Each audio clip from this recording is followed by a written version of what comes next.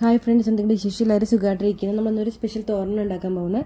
ഉണ്ടാക്കാൻ പോകുന്ന തോരൻ എന്താണെന്ന് വെച്ച് കഴിഞ്ഞാൽ നമ്മുടെ വെള്ളപ്പാവയ്ക്കില്ലേ, വെള്ളപ്പാവയ്ക്കയും ക്യാരറ്റും ഒക്കെ ഇട്ടിട്ടുള്ള തോരനാണ്. അപ്പോൾ അതിനായിട്ടൊരു പാൻ അടുപ്പത്തേക്ക് വെക്കുക.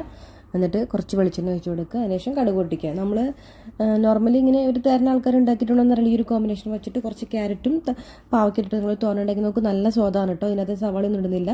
അതാ വെളിച്ചെണ്ണ ചൂടെ വന്നപ്പോൾ നമ്മൾ കടുക് ഇട്ടിട്ടുണ്ട്. കടുക് ഒന്ന് പൊട്ടി വരുമ്പോൾ നമ്മൾ ഡയറക്റ്റ് നമ്മൾ അരിഞ്ഞ് വെച്ചിട്ടുള്ളതാണ് ക്യാരറ്റും പാവയ്ക്കയും പിന്നെ കറിവേപ്പിലയും ഒക്കെയാണ് ഇട്ട് കൊടുത്തിട്ടുള്ളത്.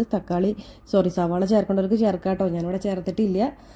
ഇതൊരു സ്പെഷ്യലായിട്ടുള്ളൊരു തോരനാണ്, ഭയങ്കര ടേസ്റ്റിയാണ്. പാവയ്ക്ക കഴിക്കാത്തവരൊക്കെ ഇങ്ങനെ ഉണ്ടാക്കി നോക്കൂ, കൂട്ടിച്ചേർത്ത് കഴിച്ച് നോക്കൂ. ഈ ക്യാരറ്റിൻ്റെ കൂടെ ഉണ്ടാക്കി നോക്കൂ, നല്ല രുചിയാണ് കേട്ടോ. എനിക്ക് ആദ്യം ഒരു ഡൗട്ടായിരുന്നു അങ്ങനെ ഉണ്ടാക്കി നോക്കിയാൽ അത് നന്നാവുമെന്ന്. പക്ഷേ നല്ല സ്വാദുണ്ടായിരുന്നു നമുക്ക് ചോറിനൂടെ കഴിക്കാൻ വേണ്ടിയിട്ട്.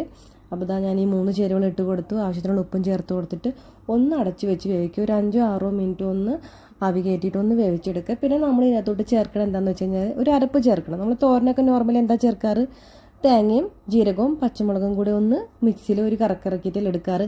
സെയിം തന്നെ ഇവിടെ ചെയ്യുക. കുറച്ച് ആവശ്യത്തിനുള്ള, നിങ്ങൾക്ക് എത്രയാണ് ആവശ്യത്തിന് ഇതുണ്ടെന്ന് വെച്ച് കഴിഞ്ഞാൽ അത്രയും തേങ്ങയും എരിവിനുള്ള പച്ചമുളകും കുറച്ച് ജീരകവും ഒരു 1-2 അല്ലി വെളുത്തുള്ളിയും കൂടി ഇട്ടിട്ട് ഒന്ന് മിക്സിയിൽ കറക്കിയെടുക്കുക. എന്നിട്ട് അതും കൂടെ ചേർത്തിട്ട് ഇങ്ങനെ വേവിച്ചെടുത്ത് കഴിഞ്ഞാൽ നല്ല സ്വാദായിട്ടുള്ളൊരു സ്പെഷ്യൽ തോരനാണ്.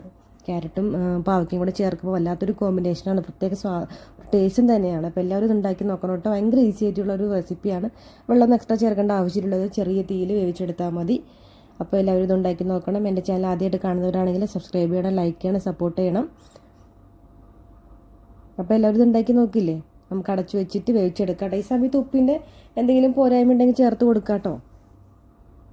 നമ്മുടെ തോരൻ ഏകദേശം റെഡിയായി വന്നിട്ടുണ്ട്. ഞാൻ കുറച്ച് തേങ്ങയുടെ കുറവ് എനിക്ക് തോന്നി. അപ്പം ഞാൻ ക്രഷ് ചെയ്യാത്ത കുറച്ചും കൂടി തേങ്ങ ഇട്ട് കൊടുത്തിട്ടുണ്ട്. അപ്പോൾ കുറച്ചും കൂടി സ്വാദാവും. തേങ്ങ ഇട്ട് കൊടുക്കും തോറും തോരന് സ്വാദ് കൂടെയുള്ളൂ. അപ്പോൾ നിങ്ങൾ ഉണ്ടാക്കി നോക്കണം കേട്ടോ. നല്ല സ്വാദായിട്ടുള്ള ഒരു തോരനാണ്. ചോറിൻ്റെ കൂടെയും കഞ്ഞിയുടെ കൂടെയും കുട്ടികൾക്കൊക്കെ കൊടുത്തു വിടാവുന്നതാണ് കേട്ടോ. അപ്പോൾ സപ്പോർട്ട് ചെയ്യുക. Thank you. ബൈ. വീണ്ടും കാണാം കേട്ടോ പുതിയൊരു വീഡിയോയുമായിട്ട്.